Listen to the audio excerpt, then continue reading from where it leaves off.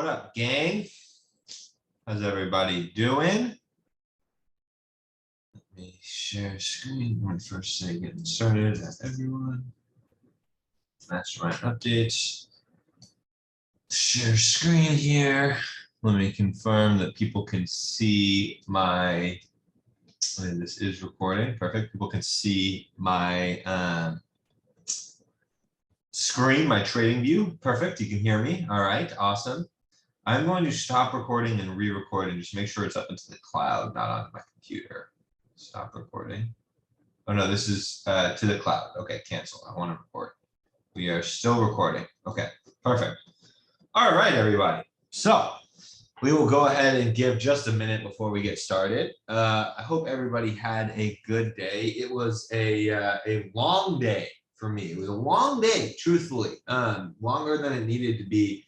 You know, I think that I ended up making life a little bit more stressful than I needed to today, but managed to survive, and that's really what's most important to me. So I hope that you all did as well. Took some time, didn't trade, nice, solid.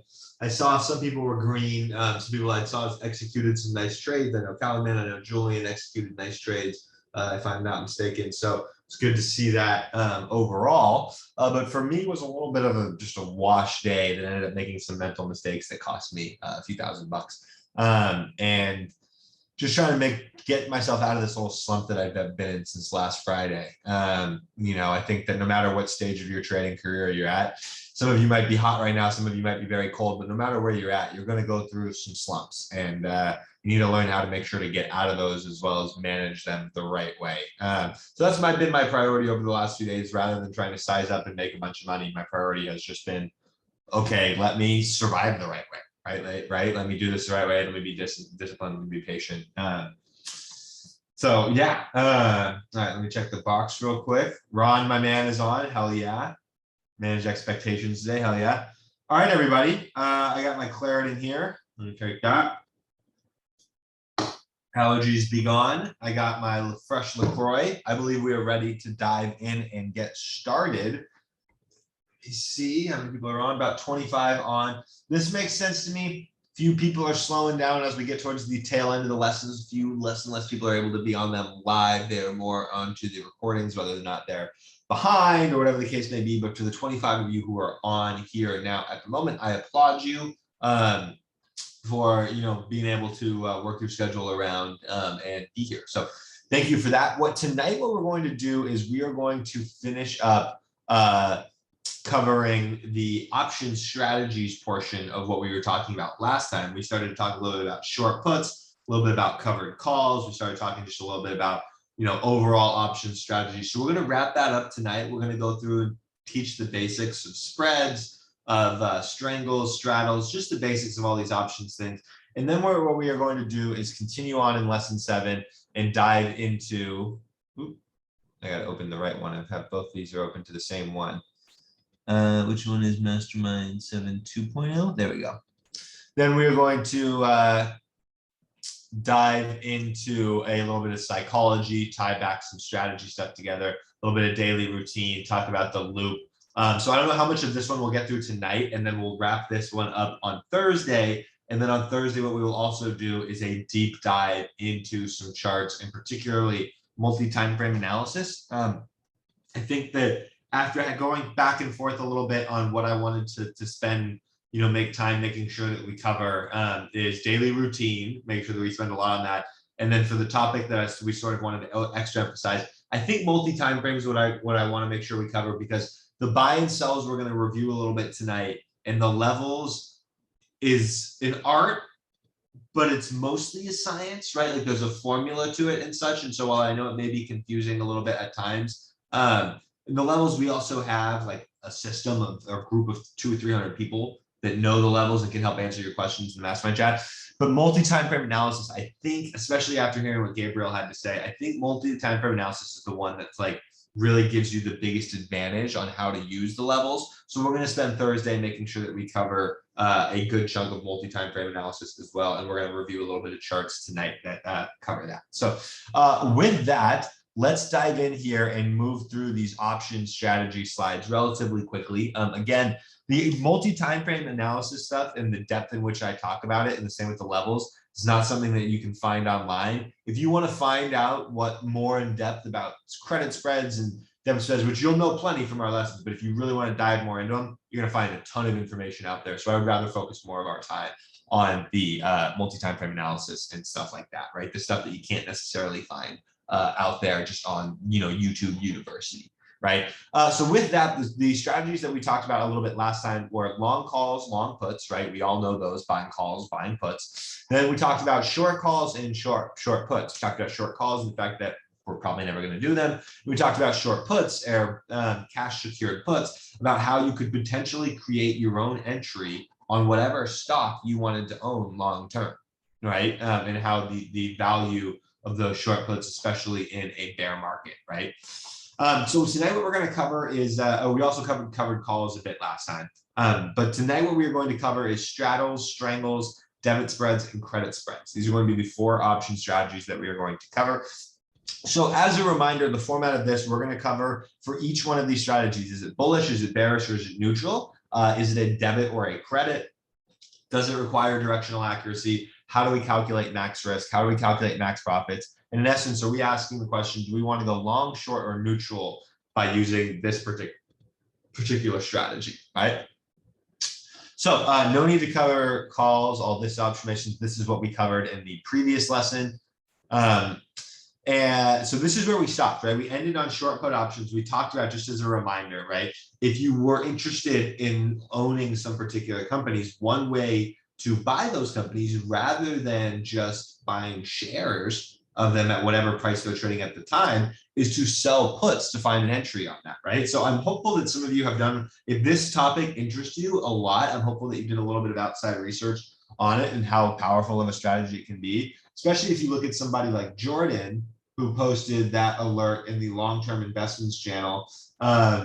He posted a short put strategy where he sold a UPST put for $220 each. He is now going to collect that full $220, at least based on how it looks now. At the moment, we could see how it comes July, or he'll get an entry for UPST in the the 22 price range because of how much credit he received, right? So it's a very cool strategy. I'm hopeful that you have taken a little bit of a deeper dive into this if you are interested in using it. Again, you'll find a ton of information about this online. So my goal is to make sure that you understand the concepts. And then if you want to start doing more of these strategies, look at it a little bit more on your own, because I don't implement them that much personally in my trading all that much anymore, especially with the credit spreads and stuff like that, right? So with that, let's talk about what a straddle is and what a strangle is. And mainly the reason we're going to cover these is because if any of you haven't experienced earnings reports yet, you will, and somebody's going to try and talk you into buying straddles or strangles, and sometimes they'll work. But we need to cover what they are, how successful are they, and when's the time to use them, right? So by definition, a straddle is an option strategy involving the purchase of both a call and the put option for the same expiration and the same strike price. For example, if SPY was trading at 375 and you thought SPY was going to be making a big move in one direction or the other, one strategy would be to buy a straddle, buy the 375 call and the 375 put. And if it makes a large enough move, then you will be profitable on one of those trades that will outweigh your loss, is the concept of this strategy, right? So the strategy is profitable only when the stock either rises or falls from the strike price by more than the total premium paid. We'll talk about that more in just a second, right? So again, to go through our little bit of a checklist here, straddles are an inherently neutral strategy, right? You really don't have either side of the coin here. They just favor heavy movement. You need heavy movement in order for a straddle to work. Otherwise, you're going to end up taking a loss on both contracts. And that's not something that you want to happen, right? You definitely don't want to be watching that happen. It's not fun. Been there before. Right? So the straddles are a net debit play. We are going to be paying a premium in exchange for these contracts. They obviously do not require directional accuracy. Your max risk is the price that you pay, right? As much as you pay is as much as you could potentially lose on that. You won't lose more than you pay. You can't owe money on a straddle, right? Your max profit is unlimited because in theory to the upside, right, the calls could keep going and going and going. To the downside, you will have a max profit, and that would be if the shares were going to zero, right? So in order to calculate your break-even point for this type of trade, you add the net debit to the call price, right? And then you subtract that from the put, right? So for example, if you were to buy an Apple 400 straddle, and bear with me, when I first made these slides, Apple was actually trading up around 400. This particular example, it was my, was what, 2018, maybe crazy. But Apple 400 straddle has at 5.0 has break-even points of 395 or 405, right? You would add that $5 to the calls, right? Because it needs to go up. You would subtract it from the puts in order to calculate your break-even point, right? So in essence, when we expect a big move from a stock, but we don't know in which direction, one strategy that we could be used is to buy a straddle, right? Is to buy a straddle.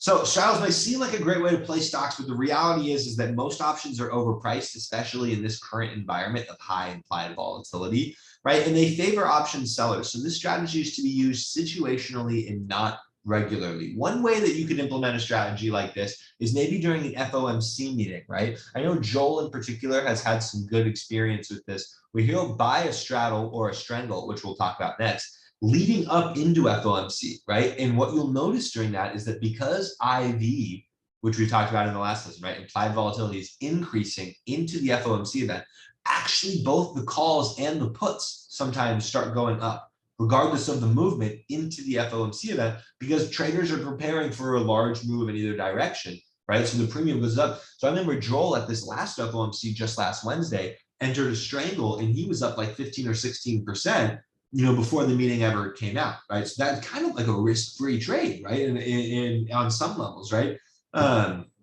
Knowing that his maximum downside, you know, as long as he sold before the event, was going to be relatively low because he was covered on both sides, right? As long as he wasn't a part of the implied volatility crush, he was going to have some opportunity to make some money on that trade, right? And it was it's an interesting idea, right? It's kind of like the same idea where, especially if any of you, we're going to talk a bit about earnings tonight, but if any of you have ever played an earnings report where you buy calls, right? And the stock is falling at the end of the day, but your calls are still going up and you're making money somehow. That's because of implied volatility, right? That's another sort of example where you can try and take advantage of implied volatility and look to, you know, potentially use something like straddle. Again, this isn't like a core strategy that we're going to use, right? Or anything like that. But like I mentioned here, it's to be used very situationally, right? Like on something like on FOMC, say you want to have a risk off day on FOMC, but you, like me and all of us, are very tempted to trade, right? We're constantly being tempted by opportunities. And you feel like you want to have some skin in the game, right?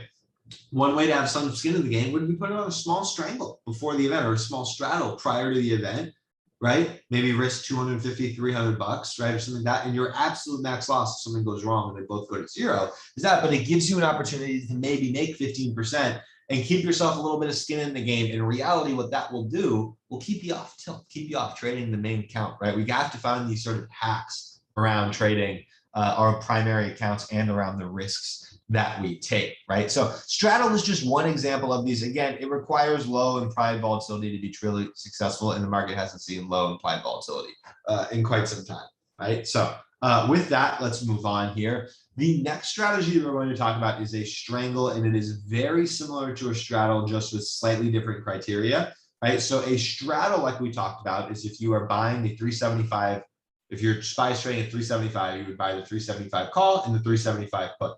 A strangle is an option strategy where the investor holds both a call and a put, but they're both out of the money rather than at the money, right? So it's really just like a deviation of a straddle, which is why the name strangle is so familiar, right? They're so similar to straddle, right? So again, this isn't inherently a neutral strategy. It favors heavy movement above all else. This is a net debit trade. We pay a premium in exchange for these contracts. They do not require directional accuracy. Again, it just requires large movement. Your maximum risk is the price you pay. Your maximum profit is unlimited, all very similar to what we just talked about on a straddle. So just with a slightly different concept, right? Same thing for calculating a break-even point, right? The 405 and 395 put strangle at 2.0 would have break-even points of 393 and 407. Wouldn't really worry too much about your break-even point unless you're interested in exercising positions, which I've never once done in my career intentionally, right? So in essence, when you expect a big move from a stock, but we do not know the direction, you can use a strangle. This requires an extremely large movement to ultimately be profitable. So for me personally, I don't really do straddles like at all. I just think that that really doesn't make the most sense. If I ever were to take one of these two strategies, it'll be a strangle, and it'll be an example of like what I mentioned before, where I will, it's something leading up into FOMC or some sort of implied volatility spike, where I'm trying to capitalize on the spike before getting out prior to the event. And there have been times where I've like held a strangle through an earnings report, but you have to size those for zero, right? Like it's not a real strategy. It's more of a gamble. And for me, I found that ultimately I prefer to pick a side, even when I'm playing an earnings report, and just gamble on one side. That being said, it's hurt me in the past, right? Like for example, a couple of quarters ago, I took calls on Facebook for an earnings report, right? And I was debating doing either puts or a strangle just to get some, to cover a little downside risk, right? And the calls went to zero, which I was mentally prepared for. It's an earnings report. I have to be sized for zero. But the puts went like 2,000%. And I was like, well, shit, that would have certainly covered the loss I took on the calls and then more, right? So if you're, again, I'm not encouraging you, any of you to do this, but I know some of you are out there and you play earnings report anyways, right? And doing all that. Strangles can be an interesting idea for earnings reports or high implied volatility events. Again, this is not a core portion of our strategy by any way, shape, or means, though. But it is important to understand when these, when you can use these types of situations. So with that, let's get away from strangles and straddles, because truthfully, you'll never see me alert one of those. You'll never think there's just, they're not very frequently used. Spreads, on the other hand, I do use relatively frequently, particularly debit spreads. At a different stage in my career, I was more heavy spread usage. Now I prefer more to just day trade the calls and puts than anything.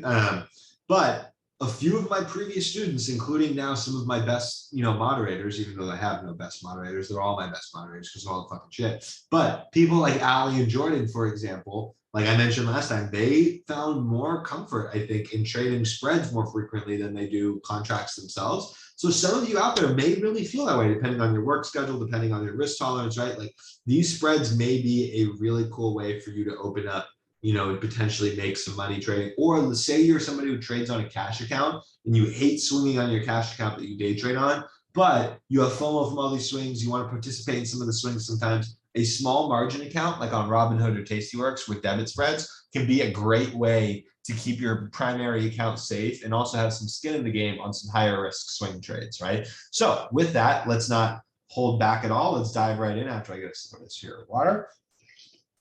I haven't checked the questions box tonight. I'm just going to keep flowing smoothly. I think we're doing a really good pace right now. So I'm just going to keep going. And I know my man Ron is on. So I appreciate you being on, Ron. So with that, let's slide through here. With spreads, there are going to be 4 types that we're going to be talking about tonight, and we are just going to cover the basics. There is actually a lot more advanced style of spreads out there. There's things called ratio spreads. There's all these. You can really get mathematical and technical with the spreads that you use. I just personally don't do that anymore, right? And so I mean, at times I did it very briefly. But I've never been huge on selling premium or some of these more advanced styles of spreads. But these 4 right here, call debit spreads, put debit spreads, and then call credit spreads or put credit spreads, are 4 that I have added to my arsenal. And then particularly in swing trades, I like to try and take advantage of, right? So let's move in here. What are vertical debit spreads, right? Again, we have this first up here. We're going to talk about debit spreads first, then we'll dive into credit spreads. So a vertical spread by definition involves the simultaneous buying and selling of options of the same type, puts or calls. So this one, you're just buying one type at the same type and expiration, but at different strike prices. The term vertical just comes from where you'll see them on the options chain. right? So in this trade, you are simultaneously buying an option and selling a further out of the money option. Your net position on this is directional, right? So if you're trading calls, this would be known as a bullish call spread, right? A bull call spread, a vertical call spread, right? And it is bullish. Bull call spread makes sense. Puts, on the other hand, would be known as a bear put spread. Again, this is bearish. I know this may sound like, yeah, obviously, Jake, but it will get confusing in a second. So stick with me. All right. With that, first, we're going to talk about vertical debit spreads and calls, right? Because calls are what I mostly trade, at least recently. I don't know, the past couple months, it's been more puts, but I prefer to trade calls. We're going to talk about those first. So again, just to cover our checklist here, calls are an inherently bullish strategy. We have a net debit in order to trade these positions. They do require directional accuracy. Debit spreads do require directional accuracy. Your max risk on these trades is your net debit, the price that you pay, meaning that if you buy a debit spread for $15, the maximum loss you can take on that is $15. In order to calculate your max profit, this is where we're going to do a little bit of math here, everybody, okay? Fortunately, brokers nowadays are awesome. So they calculate this all for you. Robinhood even will show you at the bottom your max profit, max loss. But I want you all to understand where it comes from because it's rather basic math. So the max profit will come from the width of the spread less your net debit, right? So for example here, Apple, we're going to look at a 400-405 call spread and paying a price of $1.50 for that, right? This would have a max premium of $3.50. Where does that come from? Let's take our formula. The width of the spread, which is 400, 405, 400, which would give us a $5 width, right? $5 less our net debit, which is what we paid for this, which at the time was $1.50, means that we have remaining potential profit of $3.50, right? So hopefully that was simple. And actually, even if it's not, what we're going to do right now is do an example of it, right? So I want you all to get out your mental calculators. I think this should be rather straightforward, but you never know. My first few times that I learned this and people tried to teach me it, I was like way off, you know? So it's the kind of thing where it's rather straightforward, but as soon as it clicks, it'll click and you'll be like, oh, duh. Right, so let's do this example problem here as a group. You're looking at the Apple 400 to 430 call spread. You put that into your broker and your broker shoots out a price of $10.50. You're going to pay $10.50 for this spread. Let's calculate what is the maximum profit that we can calculate on this, right? So we take our formula here, the width of the spread minus our net debit. We know the width of the spread is right here, 430, 400, and our net debit is 1050, the price we pay. Right? What is the maximum profit that we can receive on this trade? Let's get a few different answers.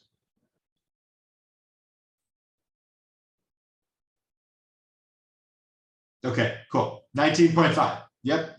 Hey, no problem, Justin. Like I said, it's the kind of thing where your first few tries you might mess up, but as soon as you get the math, it's going to click. Like you're going to be like, oh, I got it. Bing, bang, boom. Right? And so this is a great way. By definition of this debit spread trade, here's the part that I love about these types of debit spreads, is that by definition, you're risking one to make, two here, right? You are risking one 1050, pretty much. Risking one 1050 would be max loss to make almost 20, right? So your risk reward is built into these debit spreads, and it's very, very nice for swing trades, especially if you have a good target. Right. So again, here, like everybody said, 1950, $30 was the width of our spread. We had $10.50 as the premium we paid. That leaves us with a potential max profit of $19.50. I'm going to give you all a little hint. I would not take this type of debit spread. This risk reward on a debit spread isn't good enough for me. I want higher risk reward if I'm taking a debit spread. I want where I'm risking 1 to make 5, usually at least on my risk reward. And we'll talk more about that in just a second here. All right. So with that, let's talk about bear put debit spreads. These are the exact same thing, just on the put side, right? So a bearish strategy, again, we would pay a net debit for these. These are going to be, we pay to purchase these put spreads, They do require directional accuracy, right? And max risk is the price that you pay, similar to the call debit spreads. You can't lose more than you risk. And the same formula here to calculate max profit, right? So in essence, when we want to go short on a stock, one way to do so is to use put debit spreads. And one thing that this really helps out with, and we'll talk more as I think I have a slide talking about this, but one thing that this really helps with is IV, right? If IV is super high, or a name is just more expensive than you want to trade, right? Like say you trade a $3,000 cash account.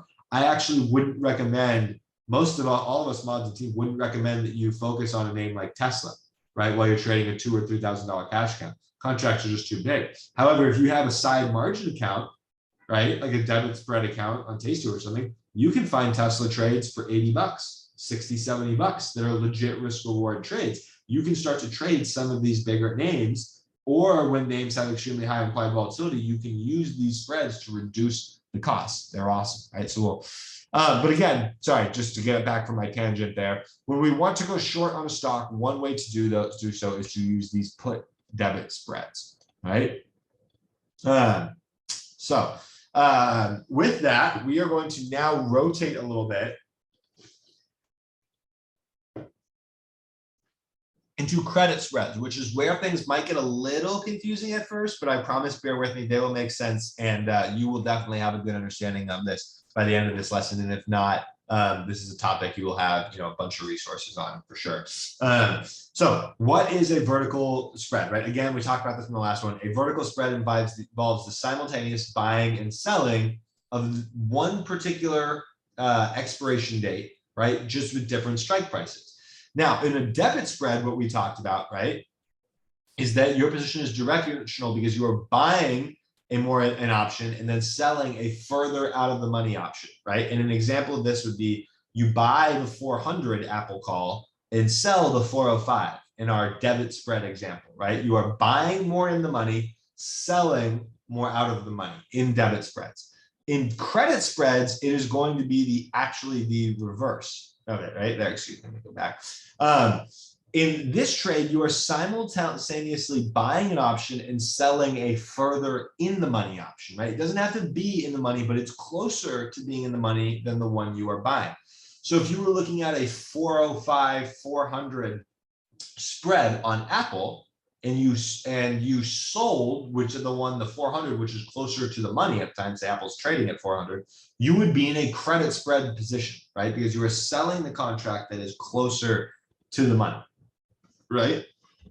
In this trade example, your net position is directional, but you can benefit from neutral behavior, right? If the stock stays flat over the course of a week and you have sold a weekly credit spread, and theta decay starts to kick in, implied volatility starts to crush a little bit.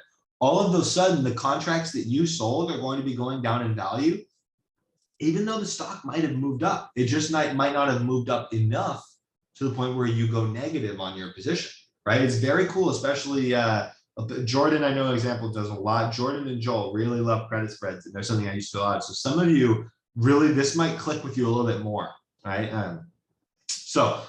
With this is where the new names are going to get a little bit confusing, but I'm hopeful that it's straightforward, as much as it can be. In credit spreads, this is where we are going to flip, right? Where a call credit spread is actually going to be a bearish position, right? Because you're selling somebody calls. You are selling somebody calls, which means that they think the price is going to go up. You think the price is going to stay flat or go down. So a bear call spread would be a bearish position. This is also known as a call credit spread, right? A vertical bear calls. Yeah, it's really just bear call spread. That's how I know it as. That's how I reference it as, right? For then on the put side, you would be looking at a bull put spread, right? A bullish put spread. This would be where you are selling somebody puts, right? And they have the expectation of the stock going down. You have the expectation of the stock staying flat or going up and being able to capitalize on those puts losing value. It may sound a little bit daunting at first, but I promise it's actually rather straightforward. So with this, let's talk about this real quickly. Again, with vertical credit spreads to the call side, let's cover all of our bases here. They are an inherently bearish to neutral strategy, right? You do not have to be directionally accurate in order to collect profit on this trade. You have to be somewhat directionally accurate, or neutral, but you just can't be wrong, really, right? It's just that you can't be wrong. If you sell a credit spread that says SPY won't get over 380, it doesn't matter if SPY moves from 375 to 379.99. If it doesn't get over 380, you're right, right? So you can be wrong without being at a loss in these types of trades, which is interesting. So your maximum profit on these trades is going to be the credit that you receive, right? So in order to calculate this, right, let's again look at this Apple 400, 405 bear call spread. In this example, because it's a bear call spread, that would mean that Apple is trading at like 390 or 400, or even if it was trading at 410, we're using the bear call spread. We are selling the 400. Here, let me add that in as a note as well. Selling the 400, buying the 405 makes it a credit spread, right? Again, if you kind of think from a common sense basis, why is this name credit spread, right? Well, if you sell somebody the 405, sell somebody the 400 call, that 400 is naturally going to be more expensive than the 405 call, right? We should all understand why on that. More in the money options, higher delta, they're more expensive, right? So if you sell somebody the 400 call and you buy the 405, you're going to be left with a net credit there. That's why they call it a credit spread. That difference is going to go to you, right? So in this example, if somebody sells the 400 for a 405 bear call spread and receives $1.50 for it, their maximum profit would be that $1.50. Their maximum risk would be a total of $3.50 if they were to be wrong on the trade, right? Now, instantly, what I hope that you notice is, wait, Jake, max profit of 150, max loss of 350, risk reward, who, what, when, why, what, why are we doing that? Right, and that's a valid question to me, and that is why I personally don't do any credit spreads that aren't exactly 1-to-1 risk reward ratio. Right now, the concept of why you will have you'll be risking less, or excuse me, risking more to make less, comes because credit spreads naturally have a higher probability of working.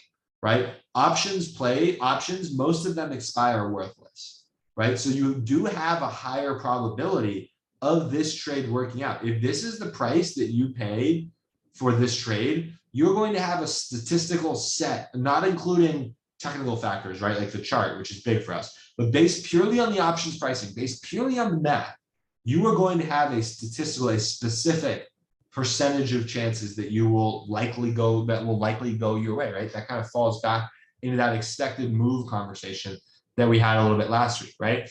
So with this types of skewed risk reward where you're risking more to make less comes higher probability setups, right? Because we are actually betting that options are going to expire worthless. Spoiler alert, most weekly options expire worthless, right? Or they expire for way less than they initially started out as, right? So this is a way to take advantage of it. Me personally, still to this day, we're going to add this as a rule, Jake's rule. Credit spread must be 1-to-1 R. And this isn't a formal rule. It doesn't have to be exact, all that. But for me, if I'm selling a credit spread, I wouldn't sell this position, this 400, 405, unless I could get how much for it? What's the number that I would need to require? What's the number that I would need to require if I'm getting at least 1-to-1? See a few more answers besides Tony. If I'm requiring at least a 1-to-1 risk reward ratio on a $5 wide credit spread, right? This $5 wide, 250, 250. All right, I think people are scared to answer because they're like, wait, isn't Tony right? And I asked for more answers after Tony. Yeah, Tony's right. I just wanted to see you all the time and scare a little bit. But yeah, 250 is correct. Right. And for me, in order to take Tony, don't be sorry, bro. Don't be sorry at all. You were right. Right. Even in order for me to take this trade, right, in order for me to take a 400, 405 trade, I would want to get at least $2.50 for it because I'd be risking at least $2.50. Right. So that's the bare minimum for me. That's the requirement that I'll put on a credit spread. Not everybody is like this. A lot of people will sell, much lower probability credit spreads where they'll risk $4 to make $1, but their probability is like 80 something percent just based off the options movement, right? So again, I don't necessarily agree with those. That's not my personal style, but it is one that people do and a lot of successful people do. And I saw Julian made a mention there, and Ron just answered that question, but just so I can explain it as well. I'm clear, your max loss is capped at your premium you're paid. For a debit spread, yes. For a debit spread, right? For a debit spread, if you were to look back on this example here, the right here, this one, if you buy it at 1050, here your max risk is 1050, right? That's your max risk. If we go down to the credit spread example here, got a little bit ahead of myself, I think. If we go down to the credit spread example here, this 405, 400, and you sell it for 150, your max risk is actually the remaining 350.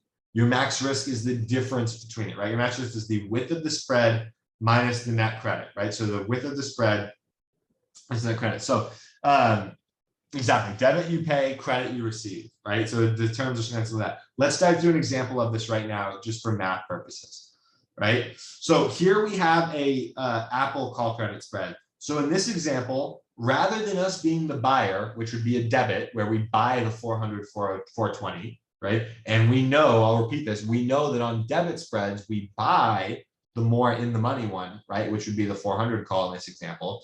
But on credit spreads, we sell the more in the money one. So here we are selling the 400 call and buying the 420 call. In this example, you receive a credit of $5.50, right? We know that our formula in order to calculate our max risk is the width of the spread minus our net credit, right? So what's the answer to this particular example here? Mathematically, right?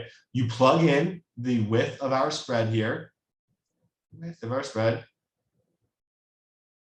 Let's get a few answers, everybody. You plug in the width of your spread, right? And then you subtract the credit you receive. Awesome, 1450. I'm hopeful that you all understand it. You're not just, copying the people above you. Yeah, absolutely right. And again, it's one of those things. If it doesn't click right now, I promise you, it's going to click in the next series of little bit of time that you spend on this. And once it does, you'll be, oh my God, that's so simple. Okay, easy, right? It just takes a second to click, right? Right. So exactly, $20 minus 550 equals 1450. Right. So again, we are selling the 400 call, buying the 420. That's a bare call spread, right? For this example, the width of our spread would be $20 wide. We have a 550 credit that leaves us with a maximum loss at $14.50. Would Jake ever take this spread in this example based on the rule that we just set a few minutes ago?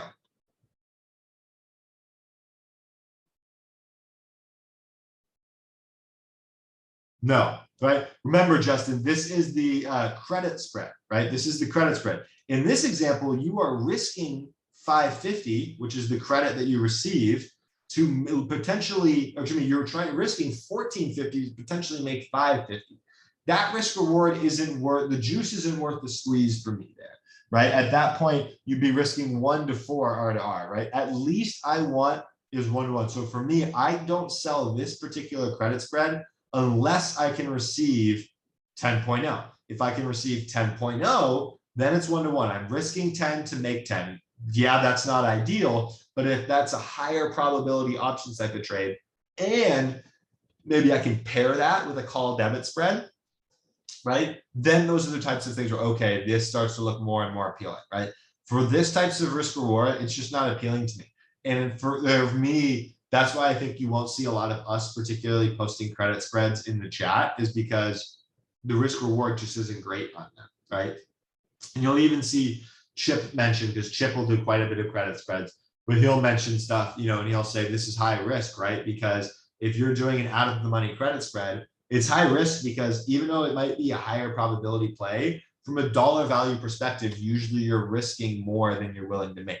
So for me, the personal rule is 1 to 1 or close to it, right? Like if it's a $1 stock and I can receive a 0.40 credit, or $1 wide and I can receive a 0.45 credit, that's cool with me. I'll risk 0.55 to make 0.45, because again, this is all math based, right? Like there's a specific math number thing for everybody. As you get a certain, with all stocks, as you get a certain number away, right? It's all going to be the same deltas. It's all going to be these same prices sort of playing out, these same probabilities, right? Something that's a 3-point risking 3.0 to make 0.70 is going to have the same delta no matter what stock you're going across, right? At some point, this becomes a math-oriented thing. And for me, it's not something that I do anymore personally, but again, it's always really crucial for me to go over it.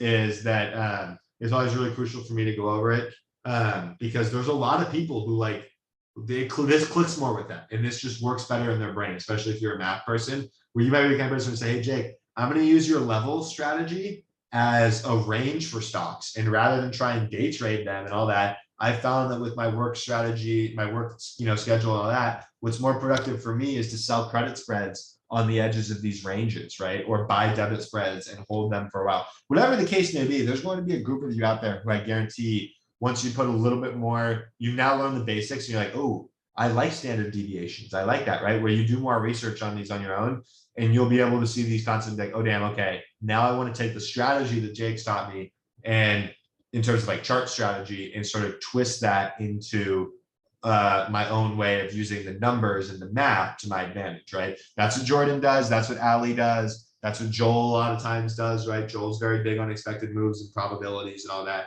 If you're a math-oriented person, this really might click in a certain way for you, right? So when should we use credit spreads, right? This becomes a question that you might be asked. They might have been coming through your head, and I'm sure it has come through your head at some point, is, hey, Jake, when would I use a credit spread versus a debit spread, right? Like, hey, I want to take a swing trade on Apple. Why am I going to choose a debit spread versus a credit spread? The answer is that there's not necessarily going to be like a right answer at all times. There's going to be certain conditions that are more conducive to each side. But again, there's no wrong answer necessarily, right? It all depends on you and your personal preference and your risk tolerance, right? But if you're looking for sort of market-wide criteria that could help give you an edge with credit spreads, what you'd want to be looking for is when IV is medium to high, right? Say you're somebody, let's look back to the Joel example, right? Now, Joel didn't buy a debit spread, but he bought a strangle. And both of those contracts, right, were going up in value leading up into FOMC. Now, what I'm sure there was traders out there, what they did is that they actually sold the strangle into FOMC. They sold it into FOMC. So they didn't do a formal credit spread, but the principles are the same, right? They are selling those contracts and hoping to capitalize on the IV deflation of them, right? When the IV deflates, right? So a credit spread is a good time to use when IV is high or medium to high, right? So when a stock is at resistance or breaking support, and this is actually supposed to have a line through it. I forget how to do that right now, but we're going to actually just leave it for now. Because when a stock is breaking support or resistance, I would prefer to be using a debit spread at that time. I would not be preferring to use, I would really want to try and capture the full move as much as possible, right? So when a stock is trading in a range, I think is another good time to potentially use credit spreads. But the important distinguishing factor here is you don't want to sell a credit spread on something, credit spread, let's say, that's consolidating for a breakout, right? Like if you want to something's trading in a range, you could maybe sell a call credit spread at the upper end of that range. But if it's consolidating for a breakout or a breakdown in the case of the downside, you wouldn't necessarily want to be doing that. I'd say more when things have a wide range bound for a duration that you can use those credit spreads to your advantage, right? Or on a stock that you think will continue to fall. This would be the bear case example, excuse me. Or on a stock that you think when it would continue to fall or stay flat in the near future, that would be a time to potentially use a bear call credit spread, right? So why would you use a bear call spread or just buying a put option? What's the rub, Jake? Why am I even going to do this in the first place, right? Well, first things first is that some people just prefer credit positions. Some people I know are literally outright scarred because they held so many contracts to zero throughout the course of their life that they don't want to buy calls and puts anymore. They're like, fuck that. Most of these things go to zero. So instead, I'm going to sell calls and puts, and I'm going to let them go to zero to other people. So some people genuinely prefer to have a credit position. The other option is that a bear call spread can you can profit from neutrality on a bear call spread, right? Again, let's do another sort of mental example here. SPY is trading at 370, right? Let's say that you don't think SPY will go above 380. You sell a SPY 380, 381 call credit spread. SPY goes up to 379.98 and expires there. If you had bought puts, your puts are going to expire worthless. If you sold a call credit spread, you would actually be in max profit at that close as long as it closes under 380. So you can have a more neutral position with credit spreads than you can have with purely directional trades such as just calls or puts or a debit spread, right? You can have time on your side as a credit spread seller, right? Because as we get closer to expiration, as opposed to theta working against you, these two really are one and the same. As opposed to theta working against you, theta is working for you. When you wake up the next day and the stock is flat, rather than being down 20% on your contracts just because the stock is flat, your credit spreads will have deflated and you will be in a higher profit, right? So you can take advantage of high IV as well. The reality is that this is completely different from a naked put. Based on the description I just gave, a lot of you are probably thinking like, why the hell would I ever trade puts ever again? I'm just going to do call credits. They're not, it all depends on your personal preference because these are two completely different trades, right? They really are. If something goes down, if you want to short SPY at 370, right? If you sell a 380, 381 call spread, yeah, you might be able to make money even if we rally to 379. But if we drop to 350, you're still only going to make that same credit you received. You cannot make more than that credit you received. It's done. You can't make more than that unless you take on more risk, right? But with a put, the market can just keep falling and falling and falling and falling, and your put can continue to increase and increase in value, right? So there are two completely different trades, and in my opinion, they are completely different circumstances in which you would want to use them, right? Completely different circumstances in which you would want to use them, and hopefully all of these examples that we just talked about above sort of give you an idea of when you would want to use them, as well as these ones as well. And imagine some of you are going to need to watch this video, 2 or 3 times just to have this all click a little bit. So this is vertical put debit spreads are the exact same things as call credit spreads, just to the put side, right? So a bull put credit spread or a bullish put credit spread or a bull put spread is an inherently bullish to neutral strategy. It is a net credit for that position, right? You receive a credit to sell these call spreads. They do not require full directional accuracy, like we just talked about. Same principles apply there. The maximum profit that you can receive on these is the credit that you initially receive. Your maximum risk, this should say. Your maximum risk of this particular trade is the same way that we just calculated for the calls, the width and spread, less your net credit. If you received 150 for a bull put spread on Apple, your max risk would be 350, right? All the exact same principles in which we just talked about, just on the put side, right? So same, but different. Same, but different, right? So for me, there are some ideal risk rewards that I play off of. This slide did not get translated within the same format as I apologize about that. But there are some ideal risk reward formats or risk reward targets that I aim for when it comes to spreads. And I want to make sure that we all have this down, because this pretty much, when you ask the question, hey, Jake, how do we choose a strike price for these spreads? For me, it comes down to 2 factors. 1, where's your target, right? And 2, what's the risk reward, right? Because the risk reward is actually more important than anything else, right? Like, it's not necessarily about being in the money or out the money. There's going to be some specific risk reward targets that I aim for, right, on these spreads. Otherwise, they're not worth the risk or the time to me, right? So the ideal risk reward on debit spreads for me is I'd like to be risking at about 1 to 150 to make 350 to 4. Right? So if it's a $5 wide spread, I would like to pay anywhere from 1 to 150 and preferably not over 150, right? I prefer to have, if I can pay 1 to potentially make 4, right? Which would mean in Apple, let's copy and paste this example from right here.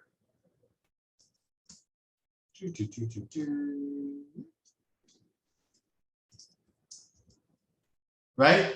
This is an example that I'm okay taking because we are buying it for 150, right? And a potential max profit of 350. That to me is okay. That passes the Jake rule. I'm good with that. I would prefer to buy it at 1.0 to essentially sell it at risk of 4.0. I love debit spreads like this, right? Because why? If you've ever heard of the phrasing size things for zero, in my opinion, this is why I love to size debit spreads for zero more than anything else, is that debit spreads have built-in risk reward, right? Like if 405, 400 is a reasonable target on Apple, you could reasonably make like 400%. Right. And some could argue that, oh, Jake, but you have a max profit, right? If Apple kept going down, you could have made more if you just bought the puts. My response would be, you just took a contract from 1.0 to 4.0 and you're complaining. That's a maximum profit of like 300%, right? What's the problem? I don't understand, right? So as long as you're getting good risk reward, it shouldn't really matter that your profit is capped unless you're complaining about 200-300% gains, right? So for me, ideal risk reward ratio on a $5 wide debit spread is about 1 to 150. You can multiply 5 by any number and this ratio stands, right? So on a $10 wide debit spread, I would prefer to be paying about $2 to $3. Anything cheaper is just gravy. Right? Anything cheaper is just completely gravy. That's bonus. Hell yeah, that'd be awesome, right? I love the type of ones too, where it's like, you know, and let me put this in Dream World, I'll say here. Dream World. Of course, I'll upload these slides, everybody, of course. Would be an Apple 400 410 put debit spread at 1.0 for a maximum profit of 9.0. These are the debit spreads that I really love, right? And again, these are naturally higher risk, right? Because if the probabilities of working out are low, right? Think about it from the credit spread perspective that we just talked about, right? Oops, I got a new mention. Hopefully, okay, sorry, just making sure that nobody's we're also sorry, distracted. We're good. If you think about it, we sort of just talked about, hey, Jake, why would anybody ever risk 150? Why would anyone ever sell the credit spread of 1.0 to make 1.0 and risk 9.0, right? Because from an options perspective, that has a very low probability of actually happening, right? That's from the options perspective. So how do we take advantage of these in reality?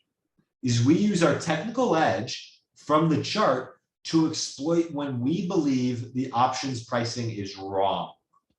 Right? And this is actually a great way to potentially build smaller accounts on the side. I don't think you could do this necessarily because again, these are higher risk trades, right? Anything where you're buying for 1.0 to potentially make 9.0 is going to be a high risk trade because it's going to be a lower probability thing, right? But this is the way that I've taken Robinhood accounts from 1,000 to 10,000 whatever, is because I put $1,000 in the trade. That's my maximum risk for it, right? And if max profit hits, I'll be able to capture $9,000. And it takes turns 1 to 10, right? So these types of debit spreads can be extremely, extremely powerful for small accounts, especially when you're trying to swing trade, right?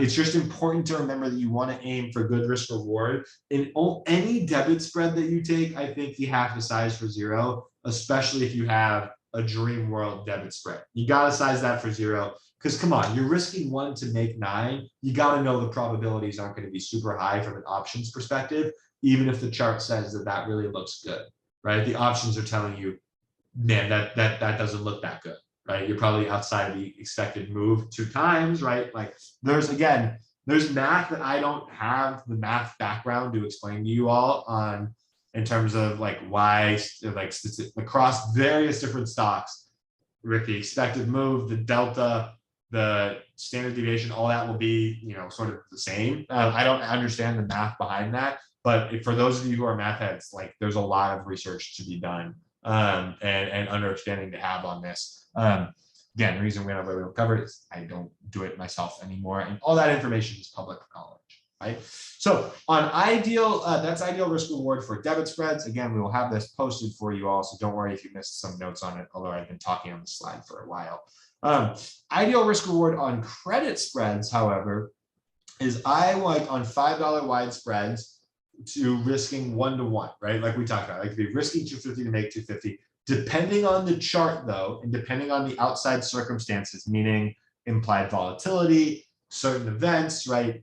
And if the chart is really in my favor, I really like the chart, I'm okay with risking 3 to make 2 on a credit spread. Again, as long as the chart is giving me a technical edge, because it's the same thing as on the debit side, right? When we take these types of trades, it's really what we're doing is saying that, hey, my chart knowledge is telling me that these options are priced incorrectly, right? And that these spreads are not priced and not good. And I'm going to capitalize on that, right?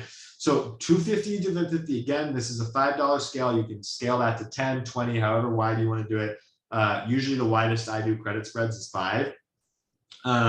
But usually most of my credit spreads, I like to do like $1 wides, right? Or for me, it's kind of thing like I'll risk 50 to make 50, right? I'll try and sell an at the money SPY credit spread, risk 50 to make 50. We don't like risking 4 to make 1. I veto you all from doing these types of credit spreads. Even if you're a math person, you want to follow the numbers and all that, you better show me a damn good chart to support what you're doing if you're risking 1 to make 4. Because shit happens, charts go wrong, right? News comes out, stuff like that happens. And even if you win 95% of these trades, the couple that you lose as you scale up will wipe out through months of profit at a time, right? So we as a group, we avoid those, right? Even though the math on them says that they could work, we avoid those as a group. But we just say, yeah, not for us. Yeah, no good, not good. All right. Okay, with that, I believe that's going to wrap up our options statistics. So we covered calls a little bit on that, and we have gone much longer than I truthfully thought that this would take me to explain. I thought we would cover all this within the first 30 minutes, so we're going to be going for a little bit while tonight, everybody. Strap in, gang. We'll be here. So with that, that's everything on options. And I know that it's going to take you all probably a couple of watches. Let me rephrase that. Some of you all, this is going to take 3-4 watches to understand the past 2 lessons. Some of you are like falling asleep. You're like, Jake, I knew options before I came here, you know, blah, blah, blah. I understand, it's going to be different for everybody. We can't cater to the specific, history of one person. And I also understand that the last like 3 hours of lessons that we've gone through, it's been a whole lot of slides and like kind of feels more like a lecture than any of our previous classes have felt like. So I appreciate you sticking with me through that. And again, there's going to be a few of you who cater more towards the credit side of options trading. If a few of you do, these lessons were worth it, right? These lessons were worth it. And these are still things that I do in my everyday strategy, just much less frequently nowadays. The biggest takeaway that I want you all to have is not all of you might not have capital at the moment for short puts and covered calls, but like the plan is that you will, right? Like you're all here, you're doing this mastermind. I'm hopeful based on the comments we've seen, I'm seeing a whole lot of progress in a whole lot of people. And if you haven't made a whole lot of progress, don't feel bad, don't be bad. But at the very least, your understanding of charts should have seen significant progress, right? So even if you don't have the cash right now to do these short put options like we talked about, I mean, you will, right? Like that's the plan. Once you grow and continue your continuing profitability and you get to the stage where you want to be, the plan is for you all to like have a lot of money, right? Because you're going to be successful day traders. You're going to want to know how to do short put options. You might think, man, Jake, this doesn't apply to me right now. It's like, if you think that this stuff doesn't apply to you and you didn't pay attention to the short puts, in my opinion, in some sort of roundabout way, you're kind of telling yourself that you're not going to succeed, right? Because you might not have the capital for it now, but the goal is for you guys to have the capital for this within the next, however long it takes you to find your own consistency. I don't want to put a time frame on it for anybody. And, some people might be the next 3 weeks, some people might be another year before they find consistency, but you're all going to find it. As long as you stick with it and you use the videos, these 8 lessons, you're going to find your consistency. You will succeed at this. Like I promise you that, right? Over the course, if you truly stick with it. So you will have the funds to eventually do this, even if you don't right now. And you got to know short puts and covered calls. So I'm glad that we did all this time. I'm glad we covered debit spreads, right? That's the way that I've taken Robinhoods from fucking 1K to 10K. And again, those are obviously very high risk accounts, but debit spreads are the way to go for smaller accounts, right? And for debit spreads are the way to go for trying to play these other names, right?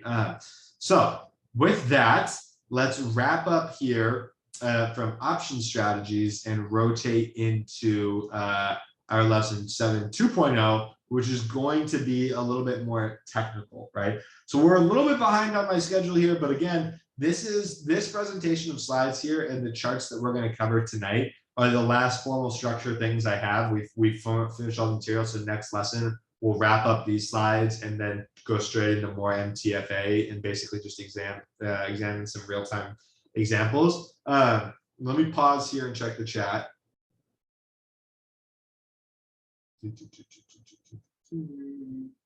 See, Ron has been absolutely crushing it.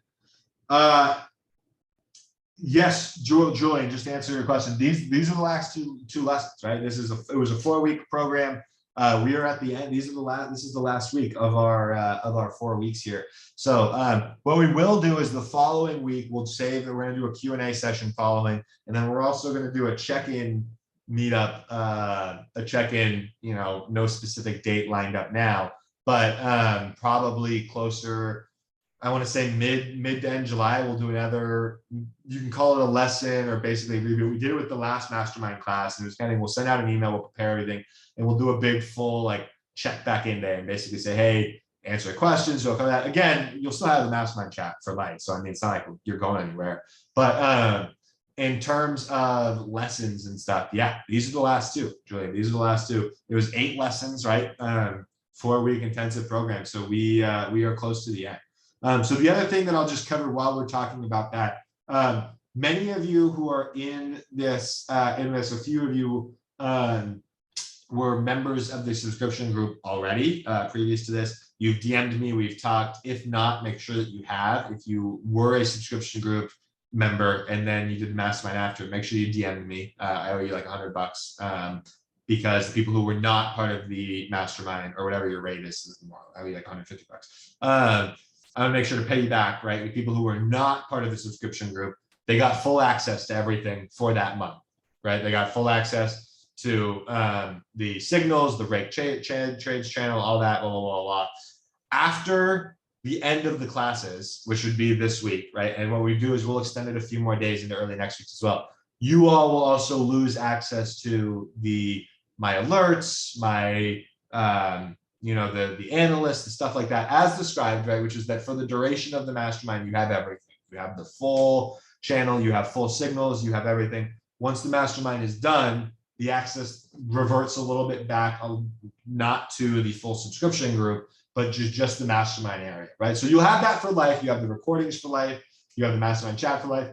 And whether you join back in the subscription group or whether you stick around if you're already in that is totally up to you. We've had about half and half in the first class, half stuck with and half chose to just stay in the mastermind chat.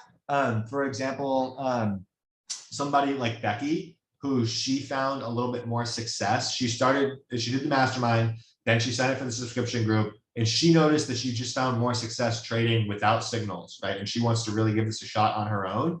She is now just in the mastermind chat, right? So you have that option completely. I don't want anyone to feel like pressure that we're pushing you into the subscription group. That being said, the subscription group is a whole lot of work to maintain and stuff. So if you're interested, if you continue with that, be more than happy to have you, but it's totally up to you. And I think that if you are the type of person that succeeds more trading on your own, right? I want you to give that a shot, right? Like the mastermind chat will never be as active as the trading floor. It'll never be, and to be blunt, that's because I'll always be the most active in the trading floor. We'll never leave you hanging. We'll never do any of that, right? So that's just to act up as a sort of clarifying thing. For some people, it's a no-brainer. They say, I want to keep going in the chat. I want to keep going in this. I want to keep going with the signals and the trade recaps and all that, which still happens only in the subscription groups for like the trade recaps and such like that. And again, there's some people who just say, no, I think I found my strategy now. And what I really want to do is just focus on me and focus on my trades. And whatever is best for you is what I encourage you to do, genuinely, from the bottom of my heart. So just a quick update on that as well. You have the full week. We're early. Again, if you were already a member and you joined the mastermind and we haven't talked already, make sure you reach out to me because I want to get you back for that month that I owe you. I think I've gotten most people by now because most people have reached out and said that, but if not, let me know because obviously that's only fair, right? If you already remember you didn't need to pay for access to the signals and all that, right? So sorry for that little tangent. I thought, really, Julian? I thought you were one of the people I thought I had. All right, yeah, well, DM me. Yeah, DM me. I'll get you Venmo, right? Again, just makes sense, right? This makes sense. So yeah, reach out to me, bro. And this was always my plan, everybody. For those who don't know, was for the people who hadn't reached out, I just want to make an announcement to make sure that you reach out so I can pay you for that. So don't worry.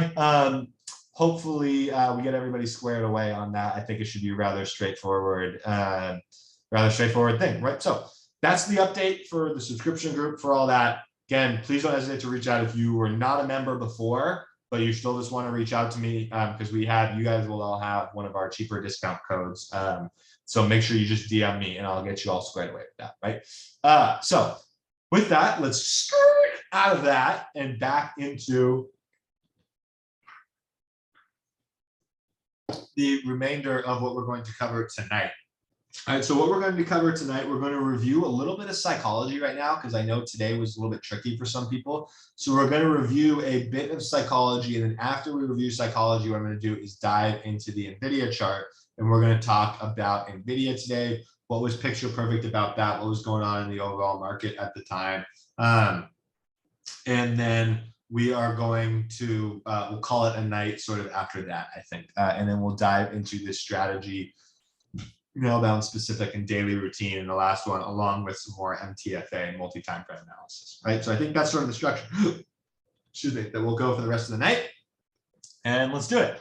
So I wanted to introduce this as a sort of psychology pit stop and just sort of make sure that this is the sort of stuff that the option strategy stuff you can find online. My levels, you might be able to ascertain from my posts. You might be smart enough to figure the system out. Buy and sell is going to be able to figure it out, right? And the strategy stuff is the stuff that I believe that I talk about in a way that most people don't. And I think that to me, this is where you will be able to find a real edge. And so it's important that we take this little pit stop here between options and between an in-depth review of today's trades to say, hey, let's talk about what the real edge that we have is as a trader, right? And I've broken this down into sort of 6 little pieces that we're going to focus on for tonight, right? And how we're going to focus on and how we're going to structure this is basically just think about them as things to remember, right? Things to remember, things to focus on, right? Very, very simple and straightforward here. The first one is this is a marathon, not a sprint.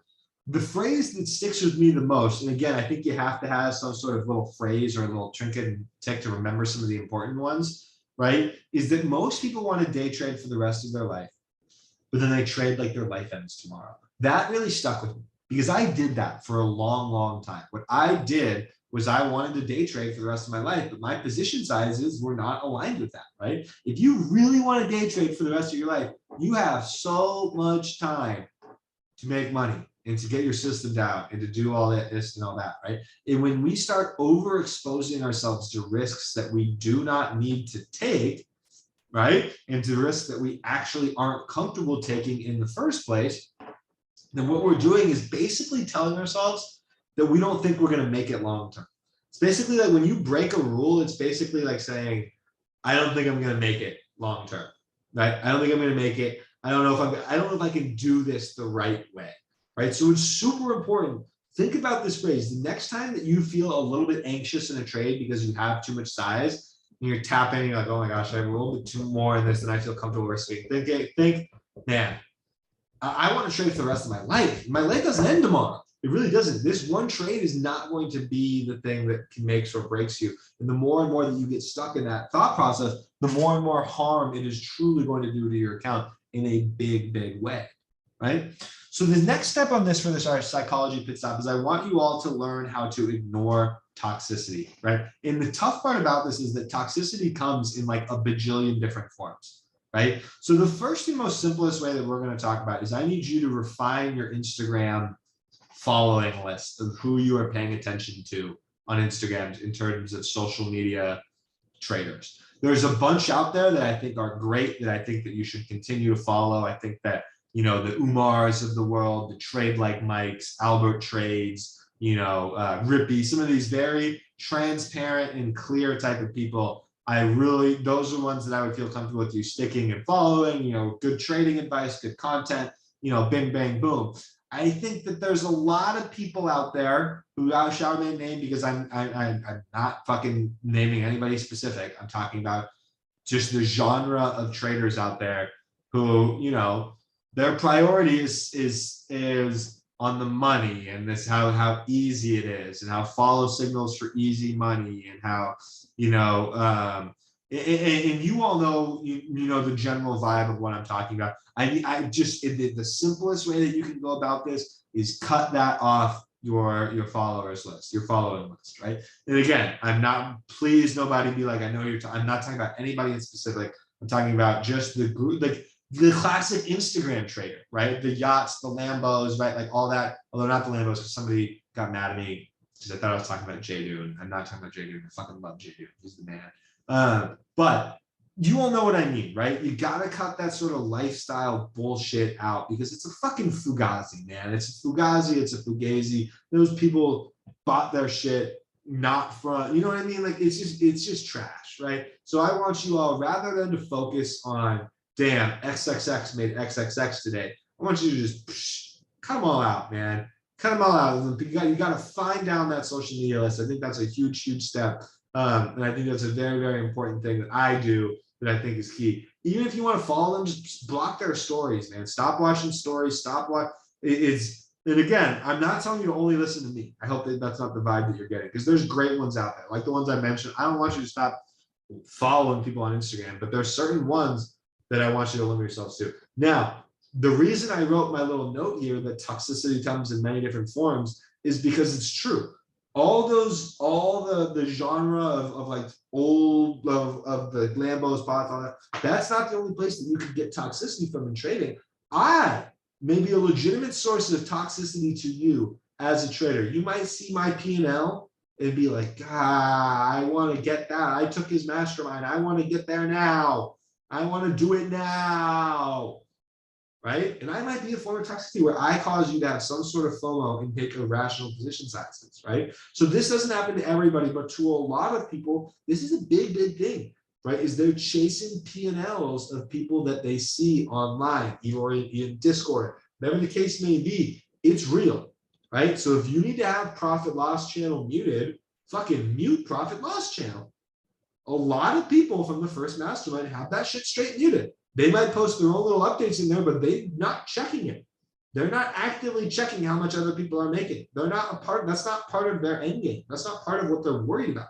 And I think that's a huge, huge step. And it's a way that you might not think you'd see some sort of toxicity, but it's a way that, you know, it's really there, right? And that comes down to me too. Why do I not post my profits every day and profit loss and all that and stuff? Because I don't want to incite FOMO. I don't want to incite toxicity. I don't want to do that, right? What I do instead, I'll do my, you know, monthly or whatever, the Zellas, right? Just for transparency purposes. And I'm running a business. I need to try and show people that I'm not just fucking, you know, a paper trader, right?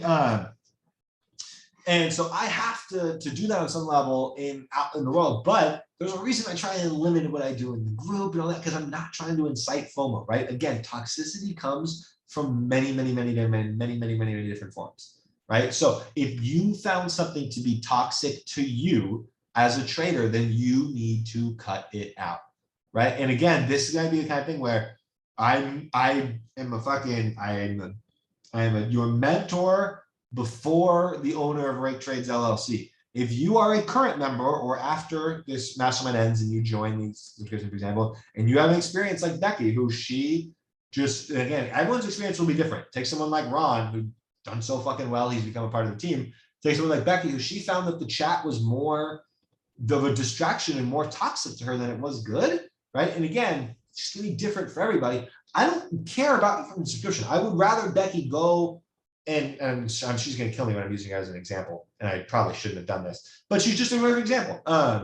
But I would rather you go back and just stick with the mastermind strategy. And she's been making great progress since this, right? So for me, actually, no, I feel like it's okay example. I'm not saying anything bad. She found more success doing that, right? So if that's a form of toxicity to you, then you need to cut it out. Whatever the form, whether it's me, whether it's social media, right? Whether it's your parents who have an opinion about day trading, whether it's your significant other who has an opinion about day trading, whatever it is, you need to learn to cut it out. This is already hard enough job and skill as it is on our own. Having outside opinions and worrying about what other people think in this factor of toxicity is going to be a killer, is an account killer. It really, really is. It's one of the biggest causes of FOMO out there, in my opinion, right? So leading right into this is number 3, which is that you got to focus on your development above of everybody else's. No two traders are the same, right? I have people that I've been working with for the same amount of time. You know, I've had people that I've been working with longer than Ron, you know, much longer than Ron, and Ron has found more success in a quicker period of time, right? Does that mean Ron is Jesus? No, I love you, Ron, but no, it does not mean Ron is Jesus. It means that Ron had certain things that clicked in his brain that made this sort of click more for him. Does it make it easier for him? No, absolutely not. It just clicked more, right? So no two traders are the same. People that are in this mastermind class with you right now, some of them might go on to have some crazy success in the next month or two, right? While you, over the course of the next month or two, are still going to be building up that screen time, trying to learn the setups, trying to learn all this. It's important to never compare your development to somebody else's, because you are two completely different human beings. Your brains are different, fam, so you can't expect to have the same results. The truth is, some of you are also going to pick up on this shit way quicker than me, and I have no doubt in my mind that some of you are probably going to be better traders than me eventually. Right? Because you probably have had better like life habits. You're less prone to tilt, you know, you're more emotionally in control, as opposed to, you know, where I'm there now, but I'm not naturally there. I have to work really hard to get there. Those kind of skills might be more natural for you. You might fucking surpass me one day, and that wouldn't shock me at all, right? Just in terms of success as a trader. It genuinely wouldn't, because no two traders are the same, and there's no real way to measure how long it's going to take someone to succeed. So it's really important, as much as you can, do not put yourself next to anybody thinking that you need to be doing X, X, X, and Y. Remember, we are here to trade for the rest of our freaking lives. We want to make a better life for our kids, my hypothetical kids I don't even fucking have yet, right? We want to make a better life. We want to do better. We want to be the rest of our life, right? So we're not worried about the short term. We're not worried about this year. We're not worried about next year, right? We're worried about what's my P&L like over the next 10 years, right? It's very, very, very important, right? So the next little psychology pit stop I want to talk about here is this phrase that you are in control, and what the line and the sort of the line, right? Or the whatever the, you know, am I thinking of, like the phrase that really stuck with me the most was one that I gave a little bit of credit to. I'll give credit to Trade Like Mike on this one. I heard him once ask the question where, you know, he was looking at his camera. He's like, you know, who's is you the boss, or is the market your boss? Right? Valid question. I was like, that's a very valid question, right? If you feel obligated to trade every day, no matter the setups, you are not the boss. The market controls you. The market is dictating what you're doing. And eventually you will blow your account because you will go on tilt and you cannot contain your discipline, right? It starts with something as small as not being able to not trade, right? And snowballs into some sort of bigger tilt that can ultimately significantly damage your account, right? So you've got to remember, ask yourself every single day, who's the boss? And I know it might be hard because a lot of you are in this stage right now where you want to get to a full-time trader so badly. You want to push to it, and you genuinely feel like a day off, and it's subconscious. It's not you feeling this way, but in your brain, subconsciously, if you take a day off, you kind of feel like, oh, I'm a day further away from my goal of being a full-time trader.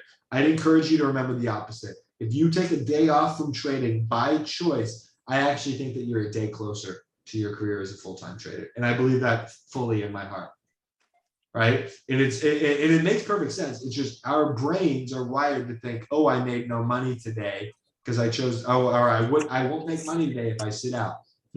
That's the way our brain thinks. What we need to be thinking in our brain is, "Ah, these setups are trash. I'd rather not lose anymore. Let me get away from you, desk, right? So who's the boss? Is you the boss or is the market your boss? Right? Be the boss at all times. Right? The next little pit stop here is that it's really important to create a routine, and we're going to dive into my specific routine during the next and final lesson, right? Routine forces discipline, right? I remember reading at some point, it might be a different number, but it's like 21 days or 30 days or 90 days or something like that to build a habit, right? I remember reading 21 days at one point. If you can build a habit of waking up early every single day, playing your favorite song before market open, moving your legs before market open, going on a run, or doing whatever the case may be, and having a firm routine with that, right? Well, guess what? When you get to the desk and you start to try and take a stupid trade, you're going to be much more prone to doing what? Following your rules. Why? Because you just followed your routine and everything else you did. You woke up, you made your bed, you did your run, you listened to your song. You're following habits, you're following routines all in the hour leading up to market open. Why at market open, all of a sudden out of nowhere, are you going to break this routine and rules now, right? Those simple little habits, making your bed before market open, can literally be the difference of whether or not you go on tilt or not. I shit you not, for the crazy run I had in October, November of last year, I did this thing, and a lot of you probably know this, where I started wearing funky pants or nice pants every single day while I traded, right? I shit you not, it was the one day I didn't wear funky pants that I ended up going on tilt and getting back like 10K of the like 80K I had made in a couple of weeks. I get back like 10K one day. And it was literally, I looked down afterwards and I was like, it was the day that I planned not to trade. I had a swing trade or something, and I was gonna be on extras. So when I woke up that morning, I didn't put my funky pants on, I knew that. Lo and behold, I break that rule, that snowballs into me going on tilt, taking a forced trade, yada, yada, yada, yada, yada, yada. All of a sudden, it's like, wait, what just happened? Holy shit. Not following that one rule, that one habit, really is fucking costly. It can lead to something bigger. It can lead to a snowball breakdown of something, very, very large. The last one is going to be stepping away and physical removal from screens. I think this is a big one because we've talked a lot in the previous lessons about how I want you all to study charts like without being able to trade, right? I want you to be able to watch the charts and not trade, right? That's pretty much exactly what we talked about as homework, a few different times. Was watch charts, do not trade, right? Watch charts, do not trade. However, the flip side of that is certain times I want you all to just get the fuck away from the desk, for lack of a better term. I want you to just get away from the desk and just not trade, right? So if you've hit, you're up, $500 on the day, and if that's a great day for you, you're very happy, you're not super excited about any of the rest of the setups. The best way to prevent yourself from over trading is to literally get away from the screen. And today, boy, oh boy, do I regret not getting up and going for a walk to the beach after my NVIDIA trade, and instead trying to force the issue on an Amazon trade. Boy, oh boy, does Jake regret that, right? Oh, you bet your ass I regret that, right? So stepping away and physical removal from the screens is a giant step that is so simple, and it sounds so simple, but you'd be shocked at how effective it is. I think it's crucial that you have the ability to recognize and step away from the screens, because what that will do for your mentals and for you going flat and for your just everything is going to be a game changer, right? So your ability to physically remove yourself from the screens. So those are my 6 psychology tips that I wanted to make sure to cover. We'll talk a little bit more about psychology in the next lesson once we talk about creating a morning routine and all that. But again, just to run through these very briefly, again, remember, this is a marathon, not a sprint. We don't want to day trade for like our life ends tomorrow. We want to day trade for the rest of our life, right? I want you all to learn how to ignore toxicity in whatever form it comes in for you, whether it's me, whether it's social media, whether it's the profit loss channel. If there's toxicity in some form of your life as a trader, I want you to learn how to cut it out and ignore it and start to and see the benefits that will give you, right? You'll see the results, right? Focus on your development above all else. No two traders are the same. And then you are control. who's the boss? Are you the boss or is the market your boss, right? Never forget how valid of a question that is. Creating a routine will ultimately lead you to discipline, right? Routine forces discipline. And the last one is understanding how important it is to have physical removal from the screen so that you don't make bad decisions, right? Those 6 things from a psychology perspective, if you can do those 6 things, you have put yourself in the right mental state to be a day trader, to be a successful trader. From there, I do have a little bit more of a psychology stuff that we'll cover, but a lot of you were in and participated in the psychology webinar we did a few weeks back as a group. That was kind of also to promote this mastermind. We talked a lot about it in that. And so I will also get that recording up and posted more prevalently for you all. It's in the recording section right now, but I'll get it posted front and center for you all to just sort of follow up with even more psychology than we've talked about tonight. Again, we'll follow through. We'll also talk about it a little bit on Thursday night as well. But the psychology aspect of it is the hands down the most important part to be a successful trader. My homework for you all from a psychology perspective: if you don't have the mental game of trading yet as a book, you need to buy it right now, or find the PDF should be pinned in the trading floor or the chat. I'll find the pin and we'll get it posted so you can get the free version too. But for me, I think a hard copy for this book is really important. But that's your homework, is mental game of trading. If you don't have it yet, you need to buy it and create your first mental trading map. And if you already had it and you've already read it, my homework to you all is creating a new mental trading map based on stuff that we have talked about in these last 2 slides, right? A new mental trading map, asking yourself, saying, what are the forms of toxicity that comes in? AKA, I want you to break down a mental trading map for what happens when you see a social media trader, including myself, post a $10,000 profit or something. Does that trigger something for you? Just XXX happens, right? Want you to create a new mental trading map. That's your homework, because you can never have enough mental trading maps. You can never have enough mental breakdowns of what you're going to be, what you're going to do. So that is our psychology homework. With that, we are 85 minutes in. I am going to now cover a little bit of a trade review on NVIDIA and the S&Ps, and then I will get you all going out of here back to the rest of your night before we wake up and get ready to deal with what looks like a market that may, let me check here, maybe down tomorrow, which I'm not super excited about. We're selling off a bit in the future session, so that Amazon Lotto overnight might be a no-go. But let's review this NVIDIA trade that was a great trade, in my opinion, very textbook of some of the things that we look for. But it had some things that also I wish they could have been better, right? Could have made for a better chart. So let me get these things off. And what I want to do here is pull up the ES right next to it. And we're going to look at SPY had a level, or ES had a level today at 50.75, I believe it was. Right here. All right. So this candle is the first candle of market open. I can't show. Oh, can I show regular trading hours only for ES? Oh, I guess I can. Okay, cool. So you can see we had a gap up here, but we did not get a gap over the ES level that we were watching. And NVIDIA did not get a gap over its similar level that we were watching. Like I said, SPY had its level at, or ES had its level 350.75. NVIDIA has its at 167.25. So first few minutes of the open go by, first few 5-minute bars of the day go by. And what we can see for me, at least the first thing I see, is an extremely strong ES candle that gets closes above the level we were watching, right?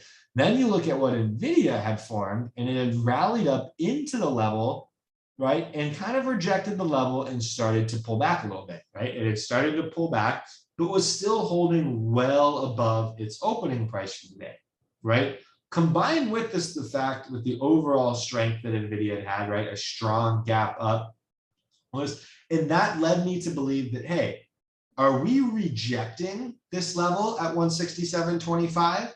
Or are we simply failing our first test of it before eventually we go retest it and break, right? Before our knock comes true and we break back up and smash through the highs of the days and of the level, right?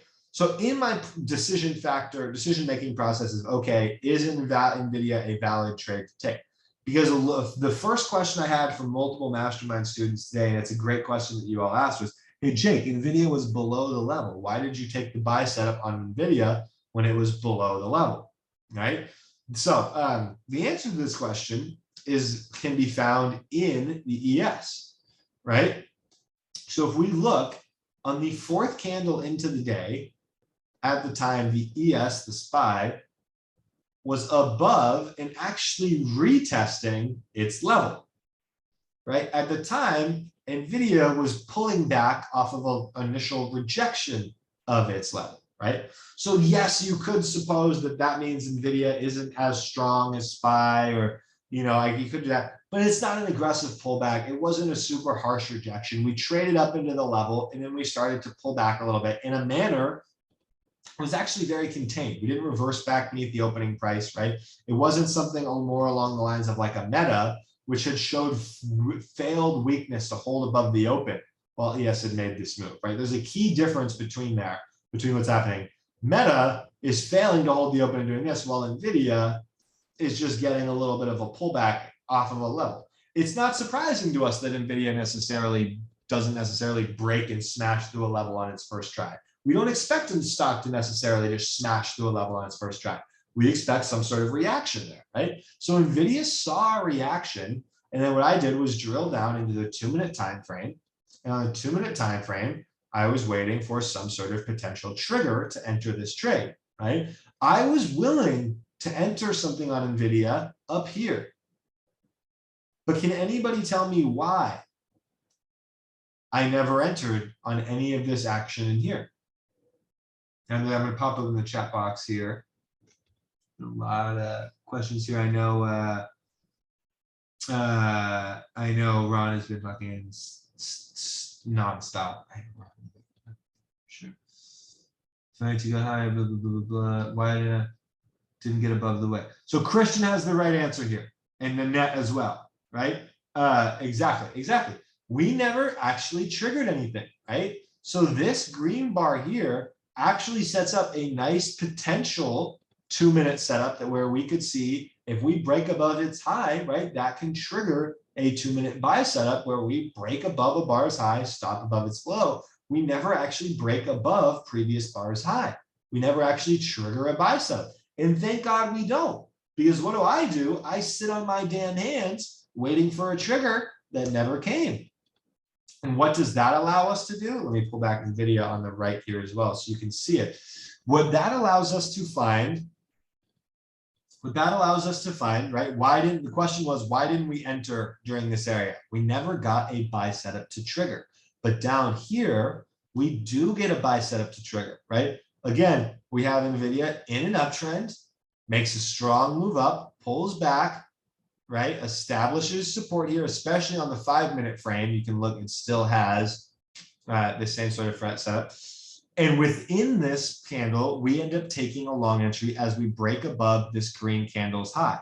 Now, as we're doing this is at the same time as this bar right here, this middle bar is starting to set a hammer and a doji, right? Now, the 2-minute right here at this green oval, at this green box, has triggered a buy setup. Does that make sense to everybody? Give me a bunch of yeses in the chat, because it should. This triggers a buy. Even though it's a red bar, it should make sense to everybody. Uptrend, pullback, hell yeah. It triggers a buy, right? It should be all good. Now, at the time that this 2-minute triggered a buy setup, right? This 5 had not yet. Right? Because we were still forming this middle bar. It was still in the process. But, right, you've heard me mention the time a little bit before, 2 within a 5, right? That's been the kind of thing that I like taking, and we covered this a lot in the previous lesson. I like taking 2-minute setups that you can see are forming on the 5. As we're taking this 2-minute buy setup, and as this is forming, it is providing a candle pattern in which I can see the 5-minute forming as well. Right? I can see a 5-minute forming as well. This isn't a perfect example or anything. That is not picture perfect, but by definition, you can see the 2-minute triggers, and you can see the 5 minutes starting to form that, right? A rally, a pullback, a hammer type candle, and the break above that candle's high triggers the 5-minute bicep, right? Again, this is a red to green example, so it's not super ideal because we've talked a little bit about for your beginning stages, I want you to stick to green, but this is as close as you're going to get to a 2-minute within a 5-minute, seeing it trigger early, right? So that 2-minute, what it allowed me to do was it allowed me to enter in our trade from long position, break above this high, stop below that candle's low. So we were risking about $1 on the stock, right? And the options contracts themselves are about 30 cents, right? As opposed to, let me see, would this be any different on this? Yeah, if you were to take the 5-minute buy here, the break above that bar's high, stop below its low, you would be risking about $1.50, right? So you do actually save yourself about 30 to 50 cents here on your stock. That can be meaningful, right? That can be very meaningful. This isn't the best and greatest example, because if you had taken the 5-minute buy setup on NVIDIA rather than the 2-minute, you would have been totally fine. And again, for you all in the early stages of just learning the screen time, of seeing these setups in real time, I think being more focused on the 5 will be more helpful for you in the long run, right? Or in the beginning stages, I should say. I want you to sort of go slow. If you take, there's going to be a lot more, like we talked before, there's just naturally a lot more setups on the 2-minute because there's more candles, right? So there's going to be a lot more opportunities to get faked out. So that's, I would still encourage you to kind of focus on the 5, but you're starting to see where these things are coming from, right? How there's a 2-minute candle triggering, and in real time, right? In real time, as this 2-minute triggers, and let's go back a little bit, as this green hammer forms and we break above its candle's high, at that time, what was happening on the 5-minute chart was just this red hammer forming, right? It was just this red hammer traded, so to speak, right? But as you're seeing this sort of red hammer, you can see a 5-minute buy starting to set, right? So it hasn't set yet, it hasn't triggered yet, but you can see it happening within the 2-minute one.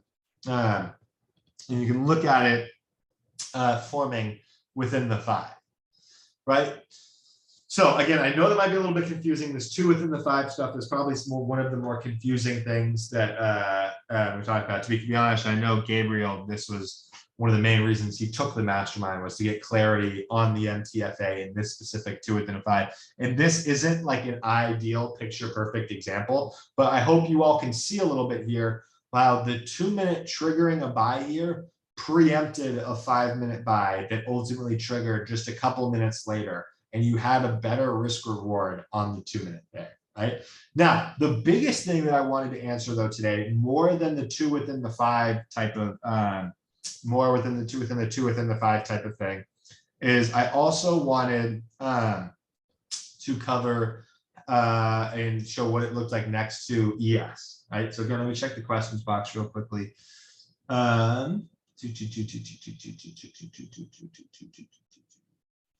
Just to make sure I have everything covered. Okay. Entry at resistance. When you enter that close to resistance, are you anticipating a trim as you react to Justin or after just shuts off? So Justin, great question. For this particular example, for me, when we took the NVIDIA calls here, we're close to resistance into the level, right? I'm anticipating a break over the level, right? So rather than wait for us to get back above the level, then take a buy setup, in this example, we'd already tested the level once. I'm sort of anticipating that we're going to break the level and run on the next time. That being said, there's 2 parts to that. One, why was I anticipating that we were going to break the level and continue rather than reject it? Because ES here was above its level and holding, was retesting and holding. So the market was giving me larger confirmations with that move. The other portion of what you asked is, right, are you anticipating a trim once it reaches to the level to see how it reacts? In this example, no, I did not trim at the level. I waited for a high at daybreak to trim. And that's just because we're following our rules that we always trim on high at daybreaks. at least for me. I will always trim high day breaks. 98% of the time, I like to trim on high day breaks, just in case we fail, right? Just in case you get a failure to go higher, you get yourself out of the way, right? So for me, entering this, I was looking to trim on a high of day break, which still would be a nice 10, 15% type of move. But the reason I took this before we got above the level was because ES is above its level, and the strength that NVIDIA had showed off the open told me that, hey, if this buy setup fails, we likely then go off and sell off beneath the opening print, and it means ES has likely failed its level too. That's okay with me. That's a risk I was willing to take given the information that we had at the time. Luke, how do you determine if you should use ES or SPY or XPX? Okay, great question. I am going to be honest with you all. I started to do SPY for a little bit just to be more like friendly to the subscription members, because a lot of them, for some reason, don't like using SPY or using ES and doing it, which I understand. You know, I get it. If you could just start chart SPY and trade. For me, there's some shit happens with SPY's X dividend, and I don't know. There's a reason that the futures are the most accurate one. The levels are the most accurate to me on the future. The futures are the ones that I pay attention to. They're the biggest two. So from time to time, I've deviated and done SPY sort of like for the group to be like, just so that, but like I'm over it because it impacts my trading. It happened to me a couple of weeks ago where I was doing SPY and I missed an ES level because they were slightly different. There were slightly different levels on SPY and ES. And ES reacted stronger. And I was like, I'm fucking over it. So I'm done doing SPY. I'm over it. I don't know. Level futures are the GOAT. So use the futures. Use futures, in my opinion, at all times. Chart the SPY, trade SPX and ES. I just watch, or excuse me, chart the ES and trade SPY or SPX. So I just chart ES. I chart the futures for everything. I don't use the indexes or the ETFs, excuse me. I don't use the ETFs. I just use the futures. Kendall, futures are, that's a loaded question. We'll explain that not right now in person because that's a long, it's too much of a question. The 24-hour version of the SPY is the short version. 24-hour version of the SPY.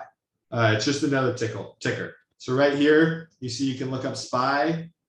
That's one ticker. You'll notice that ES1, which is the futures for SPY, will look the exact same. It's just at a different multiple. It is the SPY, Kendall. It is the SPY. ES futures is the SPY. Let's talk about that a different time. Or in chat later. Yeah. But yeah, so with that, everybody, we are now exactly 100 minutes in. I am going to wrap this one here. I think we have covered a whole lot tonight. And I think that this NVIDIA 2 within a 5 example is one of the better examples that we'll see as to sort of why that was the entry we took and why I was looking for it early on the 2 as opposed to the 5. And then in general as to why I took it in the first place had to do with its individual strength as well as overall market strength and market being above that level. So with that, yeah, Kaylin, we're going to talk about the holding longer on the next one, thing. But again, a short answer for me would be P&L watching is usually the biggest thing that people struggle with. I know that the truth is that in terms of holding longer, a lot of it just comes down to one, are you P&L watching? And if you're not P&L watching, if you actually are just truly watching the candles, right, then it should be much easier to let your plan play out, right? And so I know that a lot of people say they're not P&L watching. I know a lot of people say they're not P&L watching, but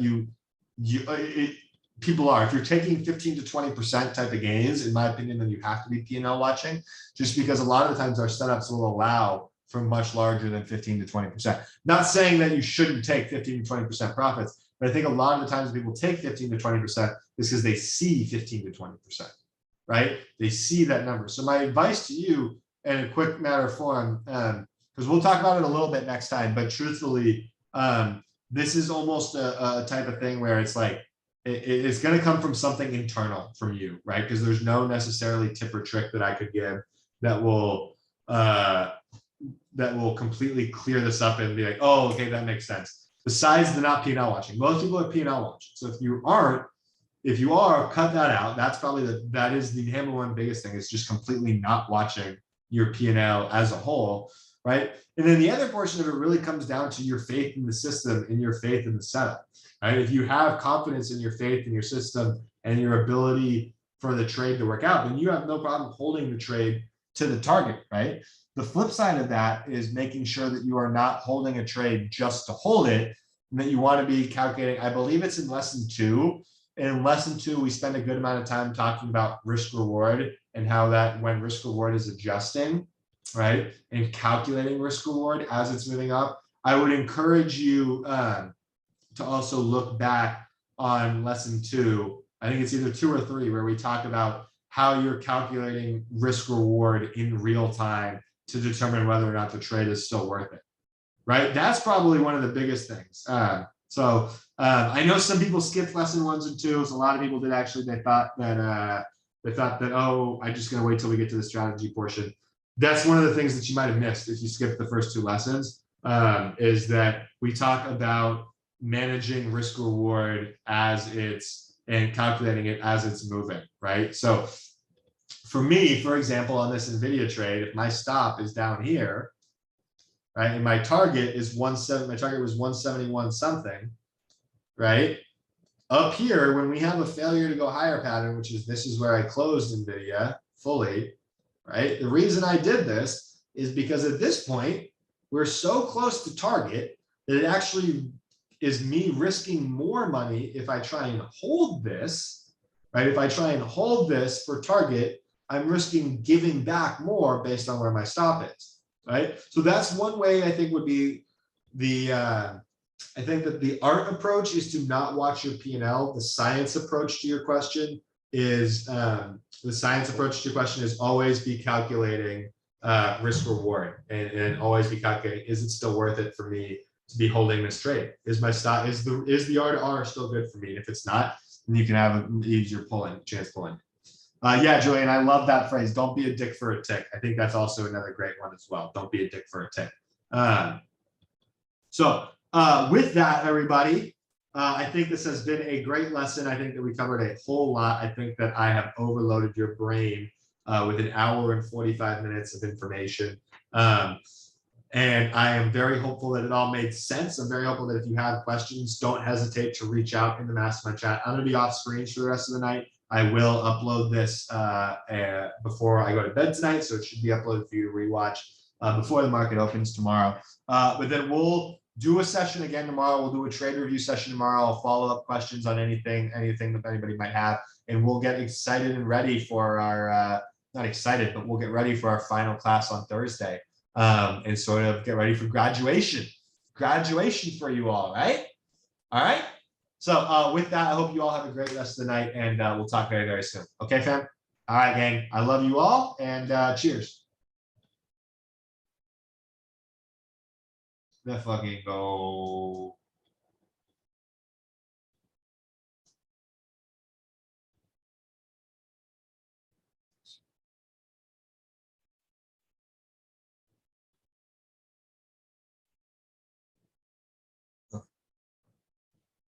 Yes, sir. All right, love you guys.